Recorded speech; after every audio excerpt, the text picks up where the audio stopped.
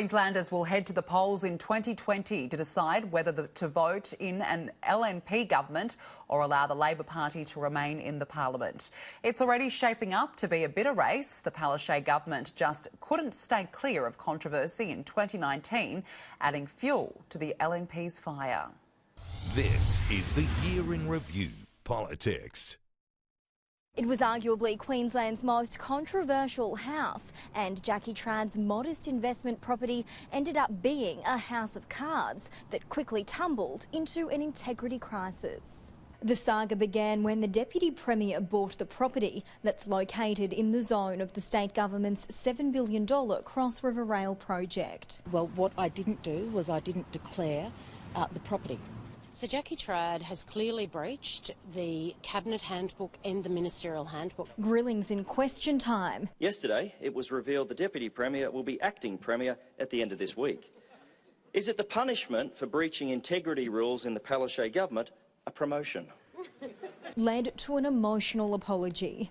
I want to apologise to the Premier, to my colleagues, to my community and all Queenslanders. An investigation by the Crime and Corruption Commission cleared Ms Trad of misconduct. It's been going on for weeks and weeks and weeks and weeks, and finally today there is a line in the sand, and I accept and I draw that line in the sand, and my government now gets on with the job. But resulted in new laws in state parliament. Any politician who does the same could now face 2 years jail. The Palaszczuk government also weathered the storm of revelations that the Premier's chief of staff had a stake in a tourism company that secured taxpayer funds. Will the Premier order an immediate investigation by the Integrity Commissioner into this potential breach of the Integrity Act? A former state Labor strategy chief drew fire for lobbying for a state-approved mine, and a slip-up saw the name of an ASIO agent in Anastasia Palaszczuk's diary published online. Then the shock loss of federal Labor as fingers pointed to Queensland for losing crucial votes.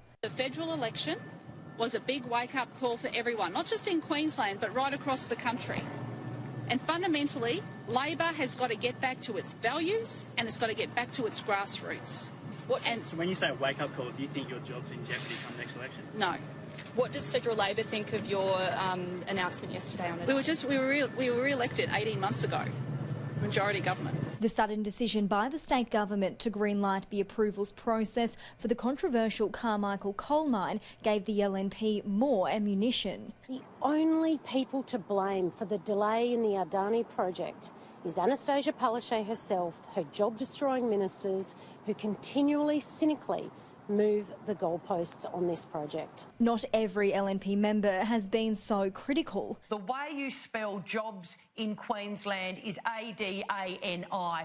But Adani proved divisive, angering activists while buoying regional voters. It's been a tumultuous year in not only state politics but for Queenslanders. The Premier topped off 2019 with a bid for the state to host the 2032 Olympic Games. We've had drought and natural disasters, we've had bushfires, we've had monsoonal floods.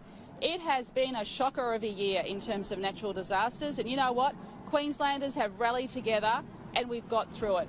We work best when we work together, and I think after a year that we've had, it's actually good to have something to look forward to. Queenslanders will be looking to vote on October 31 in 2020, on Halloween.